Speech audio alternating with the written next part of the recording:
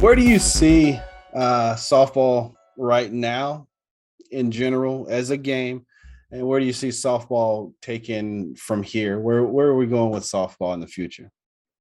This is purely a subjective statement. It could be wrong. It's got to be the fastest growing sport, female sport, and fastest growing sport in the world right now. Yeah. Now it's just an incredible time to be part of fast pitch. From where it was, and all of the pioneers and people that put in their love and passion for the sport back to whatever age or date it was. My 30 years of watching the game kind of grow, watching the game develop, watching the swings develop, watching the game become eye candy to not just sports specific audience, meaning you have a relative or someone that's a specific interest while you're watching it, but now it's on in restaurants. The College World Series delivering every single year. I don't think you and I could script it better. Every year there's a story. It's Odyssey. It's this, whatever it is. Every year there's a story there. Oklahoma's rise to fame, what they're doing from where Patty started. Man, this is an absolute awesome time to be part of softball. And now I look at it as out here, I say wild, wild west. Maybe it's Civil War days or revolutionary, like what it was versus what it could be, and kind of what's on the frontier. Um, I believe that we need infrastructure. I believe that because it is, the term business isn't a bad term, but it's business. There's finances, there's expenditures, there's all types of things, the importance of offsetting costs, my own need to continue to have a business education and learn. Infrastructure is number one, so that when we look at an existing business template and then we put softball over it, it doesn't look like, whoa, this guy keeps his own books on a legal pad, and it has to be run the way businesses are if we're going to deliver. The amount of financial stress, the obsession of love, the recruiting stress, coaches, when you build your relationships with your families, they won't question anything that you do.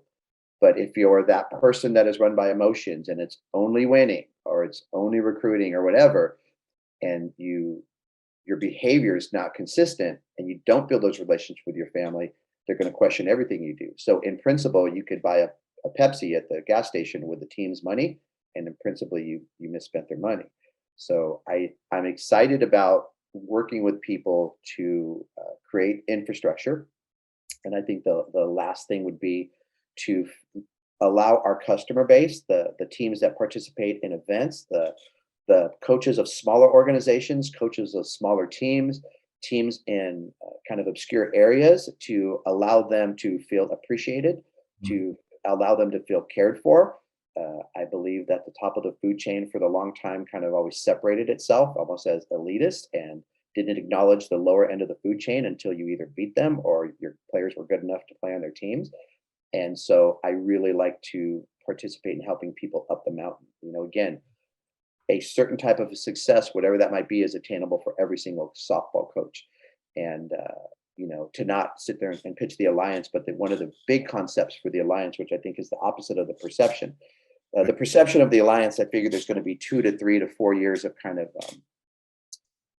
I won't call it propaganda, but kind of like normal competitive kind of attacks and things like that. And so we just kind of let the real story unfold.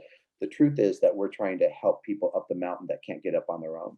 And there's kind of an inequality to the experience and the comfort level that a lot of coaches have.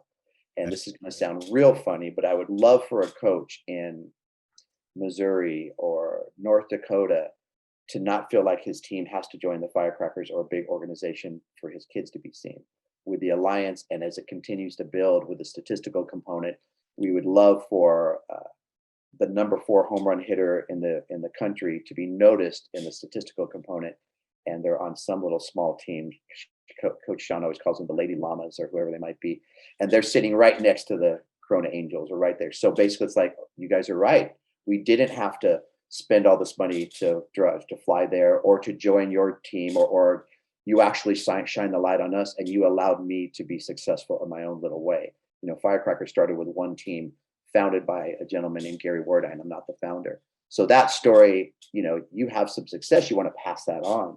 And I think that's really important too. So a little bit of a long-winded answer to the sport, but my goodness, there's no better time right now.